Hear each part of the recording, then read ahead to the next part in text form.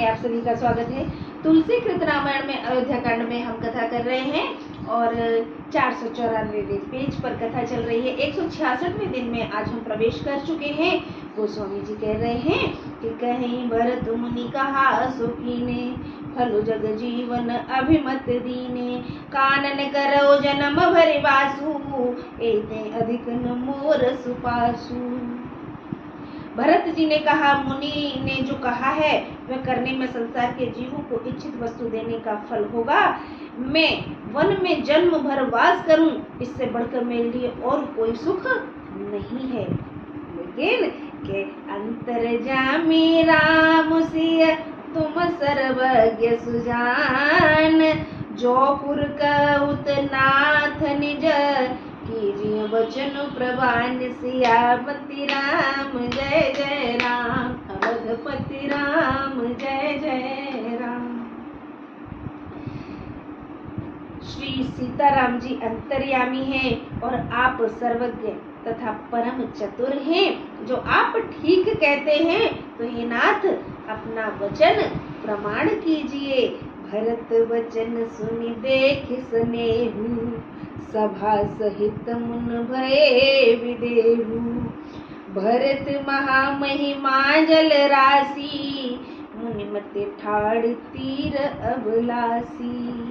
भरत जी के वचन सुन और प्रेम देख सब समेत मुनि वशिष्ठ जी विदेह हो गए, अर्थात सुध बुध खो, शरीर का पता नहीं है कि कहाँ है। एकदम से जैसे कहते हैं ना सुन्न पड़ जाना, वो स्थिति गुरु वशिष्ठ जी की हो गई है। भरत जी की महान महिमा समुद्र है और मुनि की बुद्धि उसके किनारे खड़ी हुई अबला स्त्री के समान है। अबला जैसे कुछ कर नहीं पा रही है, क्योंकि भरत जी की सोच ही इतनी प्रगाढ़ है कि मुनि वशिष्ठ भी उस वक्त हक्के बक्के रह गए। गाचे पार जतनु ही हेरा, पावस नाव नबी वो ही तुवेरा, और करिह को भरत बढ़ाई, सरसी सीपी की सिंधु समाई। वह समुद्र के पार जाना चाहती है, अतः बहुत उपाय भी किए, पर नाव साथियों ये मिसप्रिंट होने की वजह से मैं इसको थोड़ा सा समझ नहीं पा रही हूँ, लेकिन मैं अपने तरीके से अगर कहूँ तो भरत जी की बढ़ाई कोई नहीं कर सकता। तालाब की तुलना समुद्र से नहीं की जा सकती।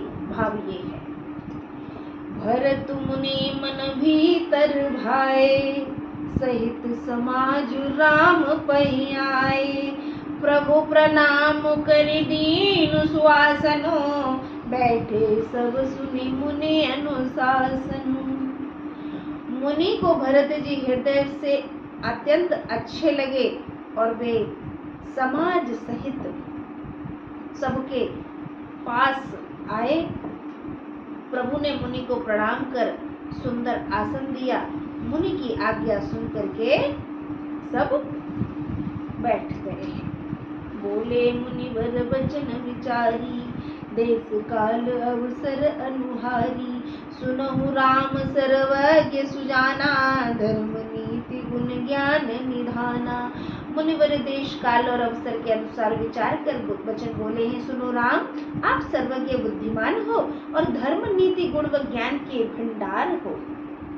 सबके उर अंतर बसहु, जानो भाव कुभाव, पुरजन जननी भरत हित, कोई सुकहिय उपाव, सियापति राम जय जय राम। आप सबके अंतःकरण में बसते हैं और भले बुरे भाव को भी जानते हैं। जिसमें पूर्ववासियों माता और भरत का भला हो वही उपाय आप कीजिए। भरत जी के सोचने से कुछ होने वाला नहीं है, जो राम जी चाहेंगे वही होगा, ऐसा वशिष्ठ जी ने मान करके अब राम जी के सामने ही अपना प्रस्ताव रख दिया है। आरत कहि विचार न काऊ, सूझ जुआरी आपन दाऊ, सुनि मुनि वचन कहत रघुराऊ, नाथ तुम्हारे हाथ उपाऊ। दुखी लोग कभी विचार कर बात नहीं करते, क्योंकि जुआरी को अपना दाव सूझता है। मुनि के वचन सुनकर श्री राम जी ने कहा, हे नाथ उपाय तो आप ही के साथ है। राम जी बड़े ही चतुर हैं। सब करे तरक रुख राउर राखे, आयसु किए मुदित पुर भाषे, प्रथम जो आयसु मोक होई, माते मानिक रो सिख सोई। आपकी इच्छा रखने से सबका हित है, आपकी आज्ञा अनुसार काम करने और सत्य कहने से सब प्रसन्न होंगे। पहले मुझको जो आज्ञा हो वही शिक्षा मैं मस्तक पर चलाकर करूं। गुरु वशिष्ठ आप तो बस मुझे आज्ञा कीजिए, ऐसा भैया राम का कहना है। पुण्य जय कह जस कह बगोसाई, सो सब भांति घटिय सेवकाई, के मुनि राम सत्य तुम भाषा, भरत स्नेह विचारो न राखा। फिर जिनका जैसा कहेंगे उसी प्रकार सेवा करेगा। मुनि कहने लगे, हे राम आपने यह सत्य कहा, परंतु भरत के प्रेम ने विचार को नहीं रहने दिया है। ते कह बहोरी बहोरी, भरत भगति बस भई मति मोरी, मोरे जगन भरत रुचि राखी, जो कीजिए सो सुबह शिव साखी। इसका अर्थ है, इस कारण मैं बार बार कहता हूँ कि मेरी बुद्धि भरत की भक्ति के वश में हो गई है। मेरी समझ में तो भरत की रुचि रखकर जो कुछ आप करें वही शुभ होगा, इसमें शिव जी साक्षी है। ऐसा प्रेम है भैया राम का भरत के प्रति, सभी भाइयों के प्रति है, किंतु यहाँ भरत अभी सेंटर पर है क्योंकि उनके कारण ही वन गमन हुआ है, ऐसा प्रतीत होता है। लेकिन प्रभु की महिमा है, ये अंदर की बात है। ईश्वर की महिमा ही तो है, तभी तो ये सब घटित हुआ है। भरत विनय सादर सुनिए, करिय विचार बहोरी, करब साधु मत लोक मत, नृप नयन निगम निचोर, सियापति राम जय जय राम। पहले भरत की प्रार्थना सादर सुनिए, फिर आचार विचार कीजिए, तब साधु मत लोक मत राजनीति और शास्त्रों के अनुसार कार्य कीजिएगा। साथियों आज की कथा को यही विराम देते हैं। हाँ, एक सीख और अंत में कथा को गृहस्थी से जोड़ते हैं कि जहाँ मत हम सबके साझा मतों से कार्य करते हैं तो उस कार्य की बात ही कुछ और होती है। जहाँ साक्षात नारायण का अवतार राम जी ने बात गुरुदेव पर टाल दी कि भरत जी का विचार रख करके फिर मत प्रकट कीजिए और जैसा होगा मुझे स्वीकार। हम अपने परिवार में जब अपना तेरी ना करते हुए सिर्फ अपने फैसले ना लेकर के परिवार के सभी जनों को शामिल करके कोई कार्य करते हैं, इनफैक्ट मैं कहूँगी तो हर दिन की हम जो दिनचर्या है उसमें परिवार का अगर एक भी सदस्य छूटता है तो उसके मन में कहीं न कहीं ईर्ष्या होती है, कुंठा होती है, गुबार उत्पन्न होता है और वहीं से लड़ाइयाँ झगड़े शुरू हो जाते हैं। तो उन लड़ाई झगड़ों को जन्म ना दें। परिवार के जितने भी सदस्य हैं, जब तक घर में शादी विवाह नहीं होते तब तक तो सुलह रहती है। बाहर से जब किसी की बेटी बहू बन करके आ जाती है तो वो आंखों में सबको चुभने लगती है।